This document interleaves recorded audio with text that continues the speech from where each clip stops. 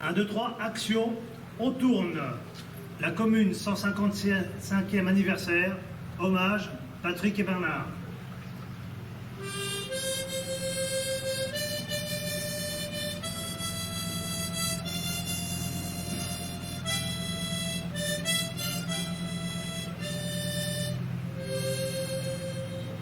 Salut citoyen Patrick. Salut citoyen Bernard. Ouais, à l'époque, il saluait citoyen. 5 ans déjà passés. Où en étions-nous? Les masses médias gouvernementaux, occupés à éblouir le téléspectateur avec des miroirs aux alouettes, ne s'en préoccupant pas beaucoup, commémorons la commune à notre façon. Nous y voilà donc, chers communeux. Bien sûr, on ne lâche rien, fille des esprits chagrins. L'âme de la commune flotte toujours dans les rues, camarades. Camarades? C'est un joli nom, camarade. C'est un joli nom, tu sais. Eh bien, on va vous en parler 2 mots, et plus. 100, 150, 155 ans.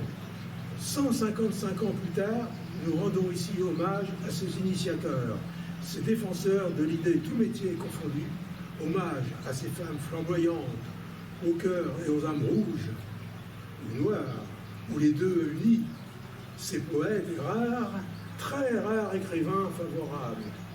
Pourquoi? Parce que le temps passe et que rien n'est fait par le pouvoir pour ne pas oublier, tout simplement. Un dénommé Mars Karl a dit qui ne connaît pas son histoire est condamné à la revivre. C'est bien vrai.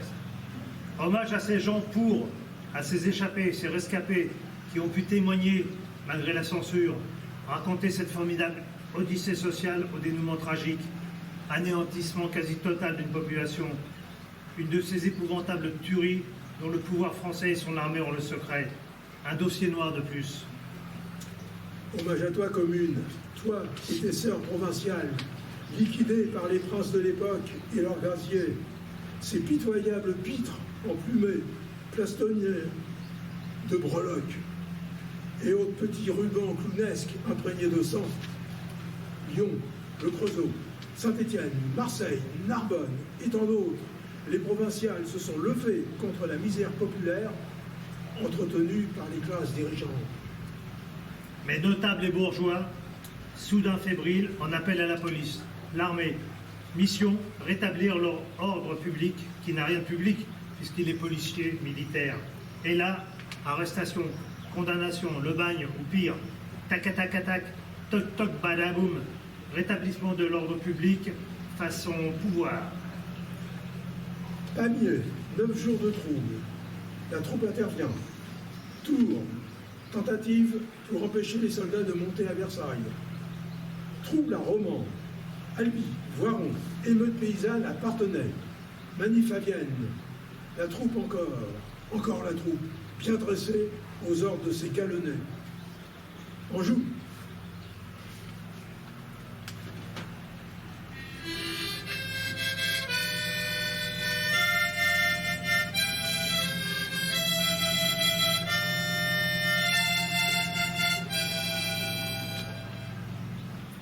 La grande sœur parisienne aura vécu 72 jours avant que ces hommes, femmes, enfants soient massacrés par les armes de M. Chassepeau, Verchères de Réfy et son canon à balles, pour abattre plus vite. Des milliers de gens seront abattus par les créations des sieurs Colt, Gatling, Luger, Beretta, Makarov. Pas des métallos, ceux-là, des fabricants d'outils à tuer. Ces géniteurs de tueurs ont-ils une âme? Pas reluisant, ces gars-là. J'aime pas ce genre de métal. Adolphe Thiers. Adolphe? Après nos prémonitoires, mon favori, c'est le Belge Saxe, l'inventeur du saxophone. L'honneur est sauf. Belle musique. Thiers et ses MacMahon de Basse-Besogne, ces clompins dont avenue, boulevard et rue portent malheureusement leur nom, ces plaques émaillées me révulsent. Initiateur et inaugurateur de ces écriteaux sanglants, soyez maudits. Une belle centenaire, en 1971, 2026, voilà 155 ans qu'ils l'ont zigouillé. Elle et ses sœurs de province, au nom de leur maudit ordre établi. Le pouvoir, le glaive, la croix, quel beau trio. Thiers a revisité le Dos de Mayo madrilène de 1808.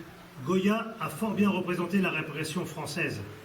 Avant l'heure, Adolphe a fait de Paris un ghetto de Varsovie écrasé, un Wounded Knee à grande échelle. Mais ces idées perdurent. Madame Commune, elles rôdent encore. Encore et encore. Sans doute, mon amour, on n'a pas eu de chance.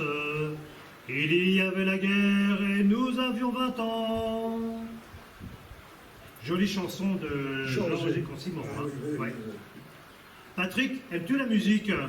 La musique en tout genre? Eh ben oui, comme vous savez, je suis mélomane. Ben oui, j'aime la musique, mais j'ai quand même des préférences. Ok, comme moi. J'ai trouvé ça dans La Commune au présent, l'ouvrage de Ludivine Bantigny.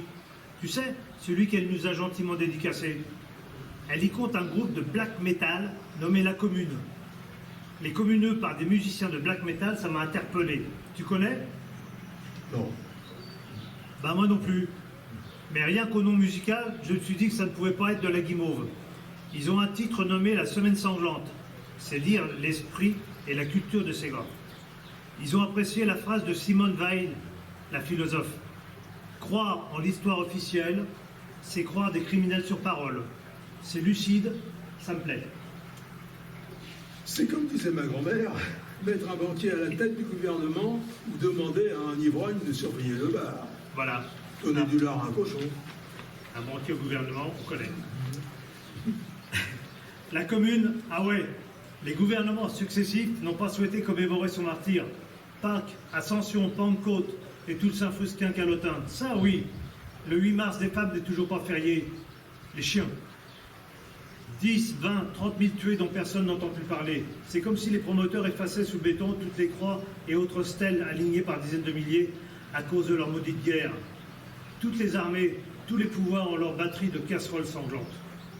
Hommage, hommage, hommage à ta culture de géant, hommage à tes esprits éclairés, hommage à tes femmes, hommage à tes fantômes, à tes esprits flottants dans les rues, hommage à tes Polonais, Italiens, Luxembourgeois, Suisses, Hongrois, Belges et tous ces étrangers qui ont rêvé de liberté, égalité, fraternité, à ton côté, Commune. Les étrangers, en ce moment, les étrangers en France, ils ne sont pas très bien vus. La Commune veillait à ce que les étrangers bénéficient des mêmes droits sociaux que les Français. Depuis des lustres, on est loin du compte avec les politicards qui gouvernent. Paris assiégé, Paris révolté, Paris barricadé, Paris bombardé, Paris ruiné, Paris ensanglanté, Paris martyrisé. Tiens, ça vous rappelle pour quelqu'un? Paris écrasé par l'armée française. Celle-ci a offert aux Prussiens spectateurs, complices, un spectacle d'extermination de qualité. Ils sont peu les poètes et écrivains favorables aux idées de la Commune. Les autres, dans leurs salons provinciaux, leurs cercles se sont offusqués de voir leur monde privilégié soudain dérangé, ébranlé par la rue. Appelez la garde, chassez-moi ces gueux, enfin. Louise Michel, bien sûr, la Louise, institutrice devenue égérie, muse et ses copines d'idéal, de barricades, d'exil. Rimbaud, l'illuminé. Vallès, l'insurgé. Verlaine et sa chanson d'automne. Clément Potier. Hugo, oui, Hugo, le géant déjà à l'époque. Hugo et sa vision sont ressentis de Bruxelles. Hugo, le entre-deux-eaux. N'a-t-il pas écrit « Il me convient d'être avec les peuples qui meurent, je vous plains d'être avec les rois qui tuent ». Alors Hugo, admettons. La Commune a ses phares, lumière nette, lumière floue. Louise Michel, nous ne valons pas mieux que les hommes, mais le pouvoir ne nous a pas encore corrompus. Elle est lucide. Elle dédia son poème « Les œillets rouges » à l'ami Théophile Ferré. Et dis-lui bien que nous l'aimons. Théophile reculera de barricade en barricade, jusqu'à la rue Fontaine-au-Roi, où il rejoindra Varlin, le relieur. Ce dernier dénoncé par un prêtre. Si, un prêtre, quoi. Au Vatican, en 1945, se trouvait bien une filière d'exfiltration, aide-toi, machin, etc. Sur les barricades, Ferré et Varlin ont côtoyé Clément. Clément, les cerises.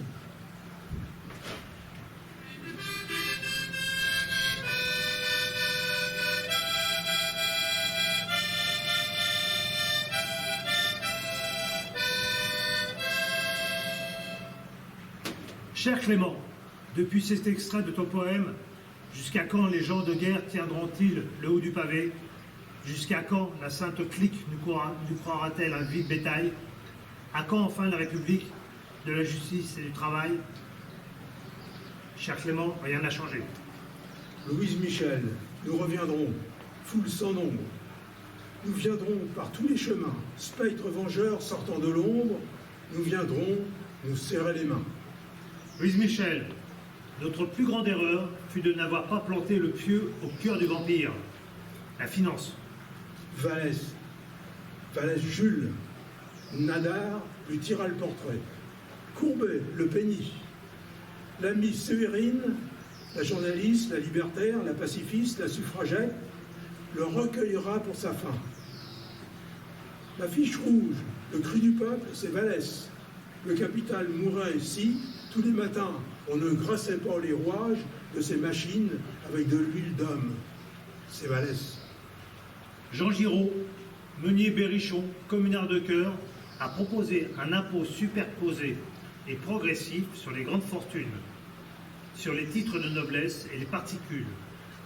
Quelle lumière du siècle, ce mec!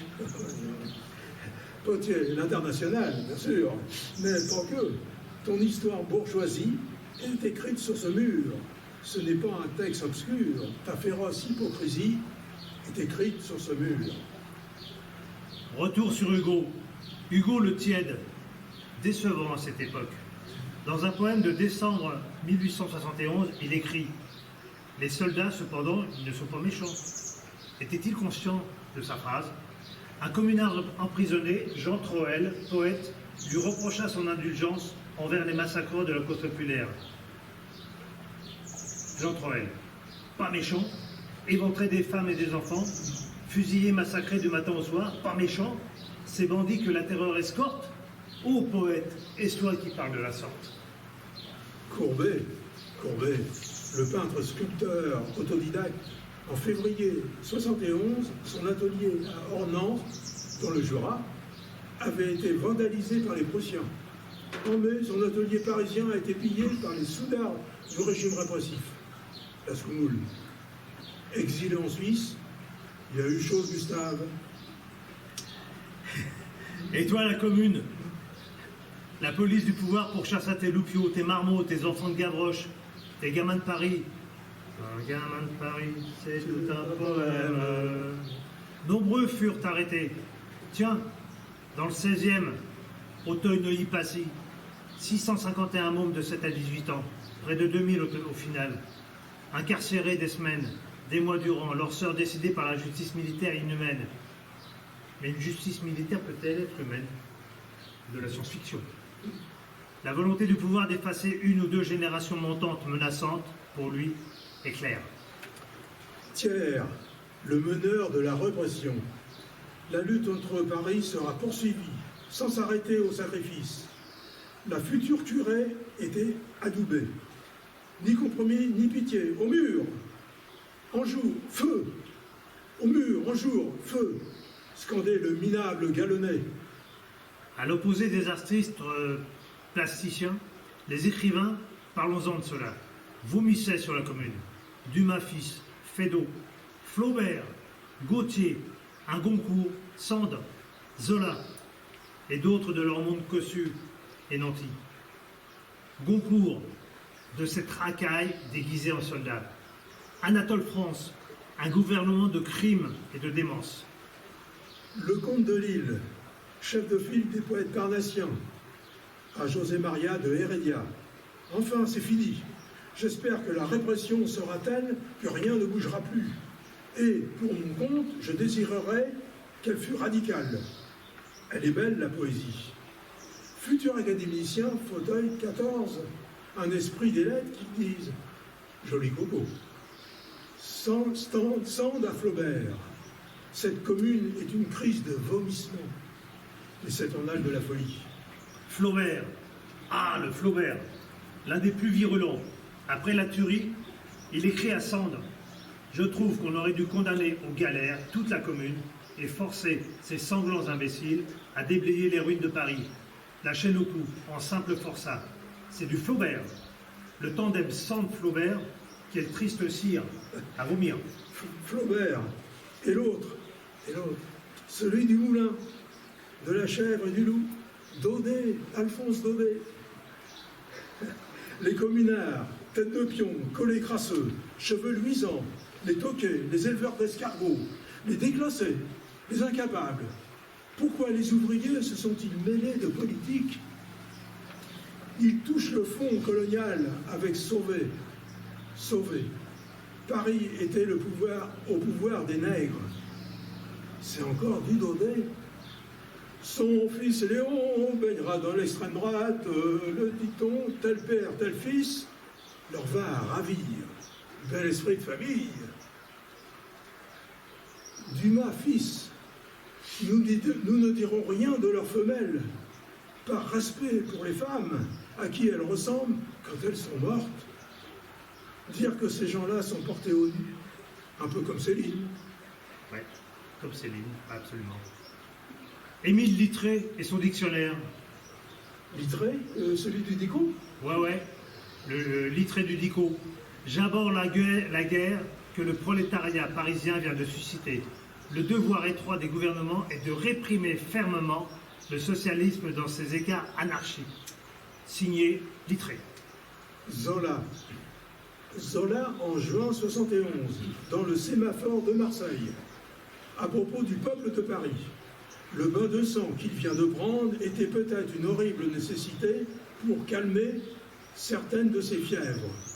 Zola, j'accuse le coup. La liste est longue et tortueuse pour certains. Puisque tout a été blanchi, chaulé, nettoyé, passé au Karcher, comme a dit un jour un chef de l'État français, nous avons concocté un petit circuit touristique parisien de mémoire. Coupé.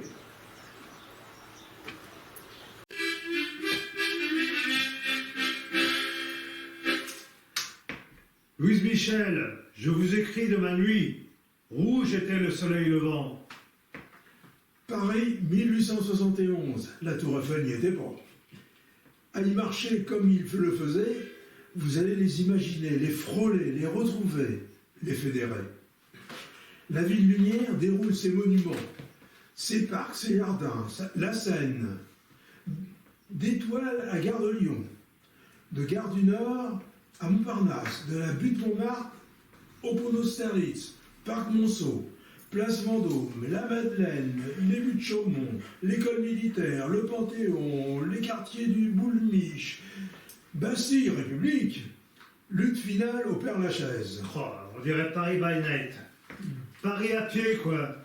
Une sacrée balade noire de poudre et rouge de sang.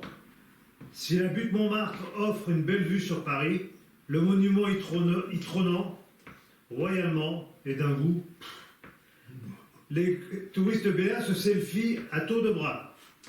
Sont-ils au courant de ce qui s'est réellement passé? Certains me diront c'est du passé. En ce cas, l'idée d'en claquer un me traverse l'esprit. Ha ha ha. Ah, ça ira, ça ira, ça ira.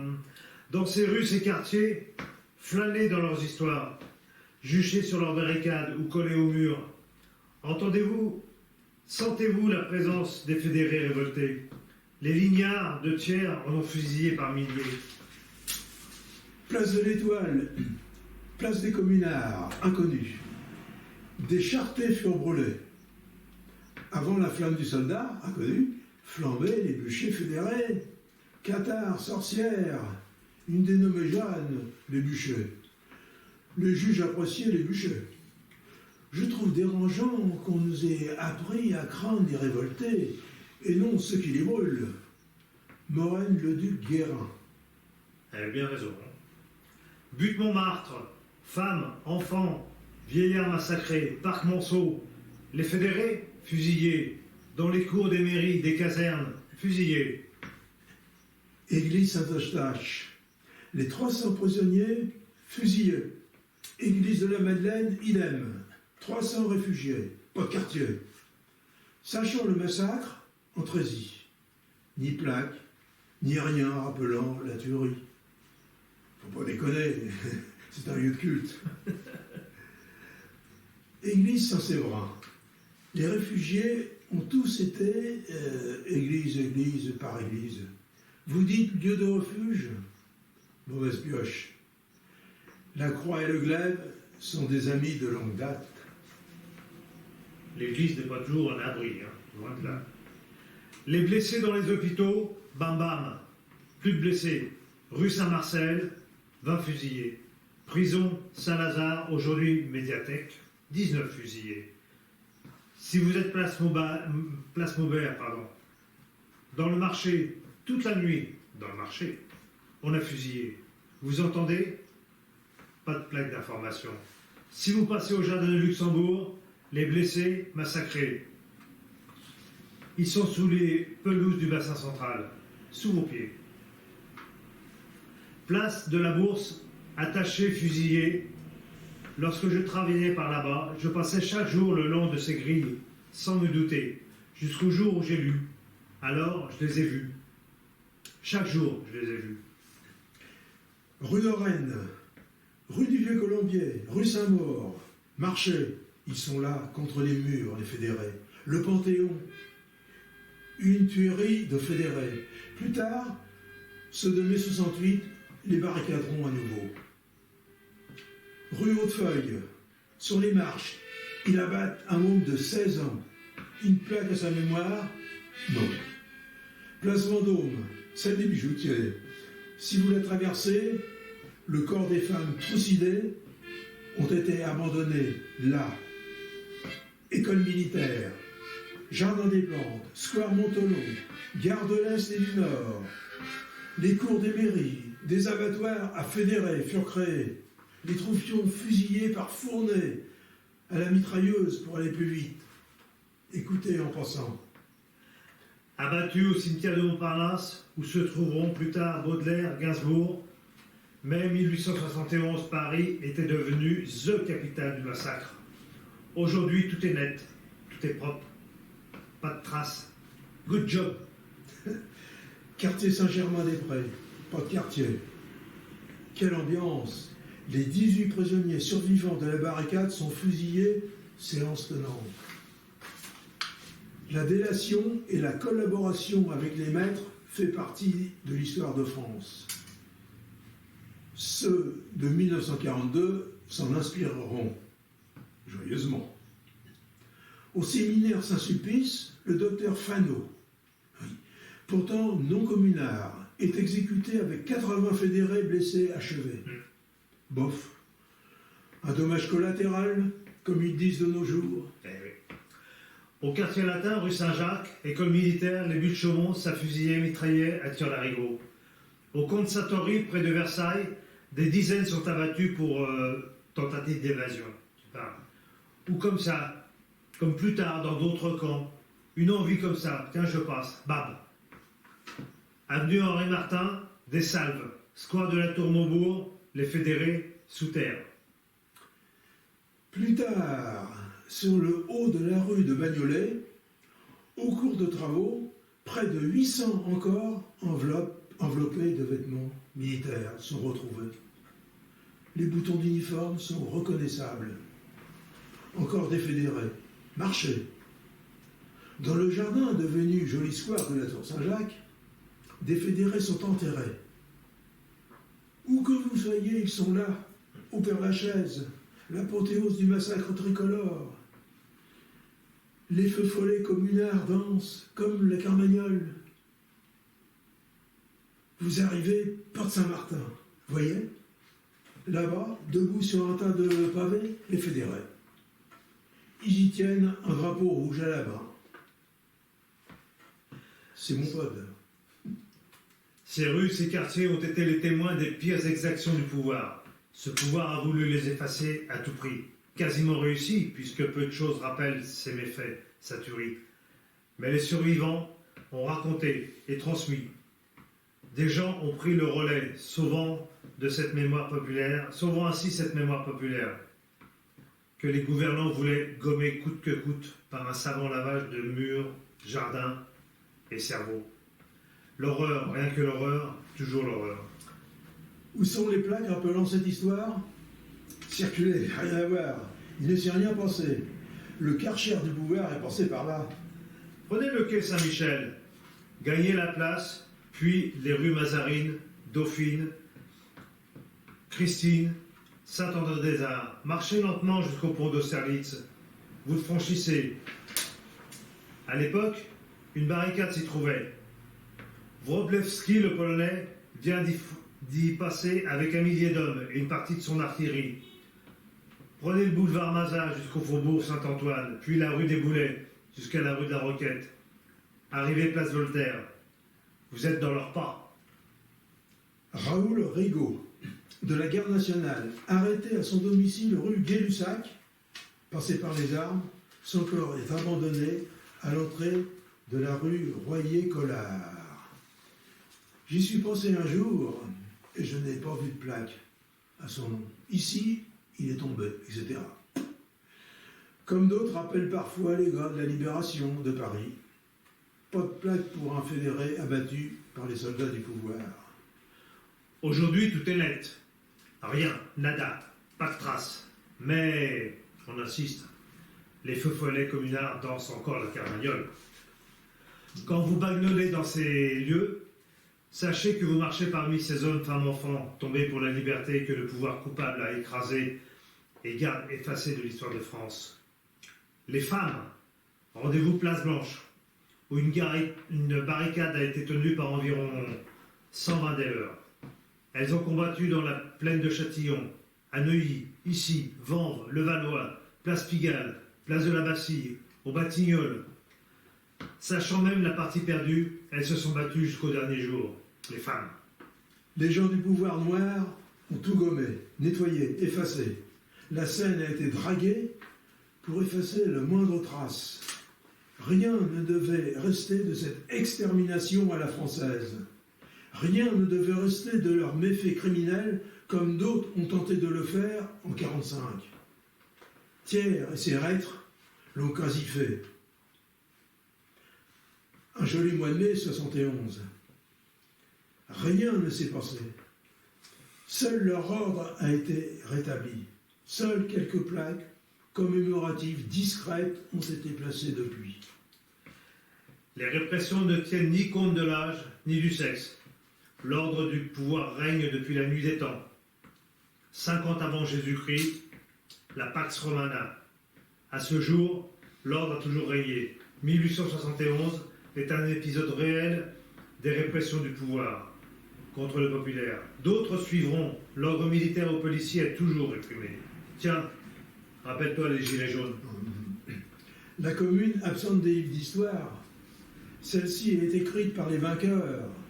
Surtout, cacher les dossiers noirs, ça pourrait instruire les écoliers. Quel que soit le continent, les maîtres du pouvoir sont protégés par l'orgueil zélé bien dressé.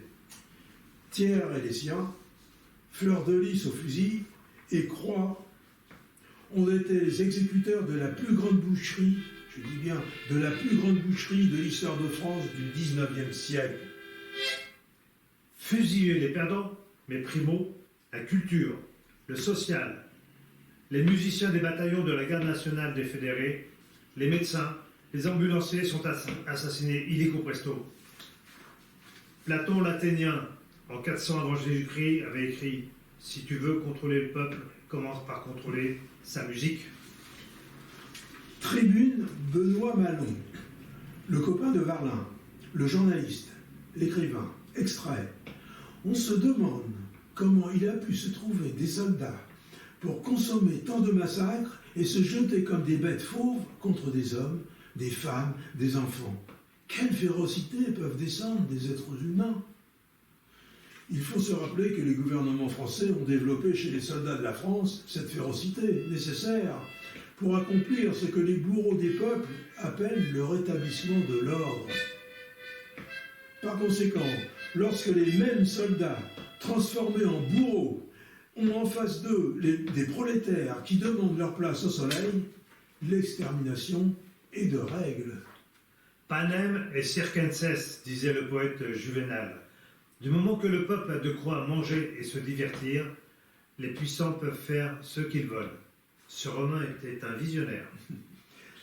Parfois, le peuple s'émeut, se soulève, descend dans la rue, prend des pavés, et là, c'est tir tendu et gaz.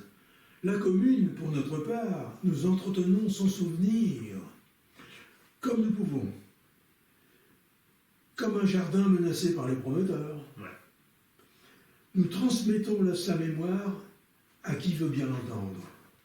C'était un petit jardin. Dutronc, il a bien chanté, ça. Les puissants n'ont rien voulu entendre ni retenir. Ils n'ont que faire de la vie quotidienne. Ils ont le pouvoir. De nos jours, ce n'est que conquête, invasion, appropriation des médias, des terres rares, des richesses de sous-sol, déforestation, pillage de la nature, peu importe le prix humain, pour leurs égaux, leur folie. On en a fini, mais Paris, mais Paris. Claude Nougaro. Merci, monsieur Nougaro. Mais nous viendrons par tous les chemins. Nous reviendrons pour cette histoire si maltraitée. Ah, Louise Michel, le pouvoir est maudit. On en a fini cette fois-ci.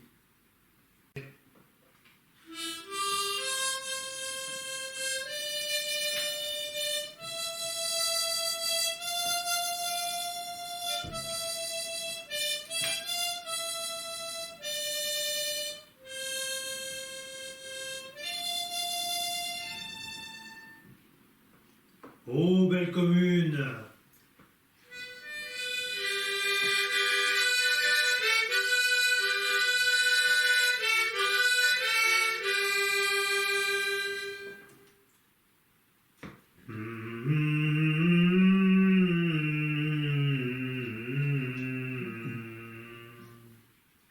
Bella ciao. Una mattina mi son svegliato. Oh, bella ciao, bella ciao, bella ciao, ciao, ciao. Una mattina mi son svegliato e ho trovato l'invasor.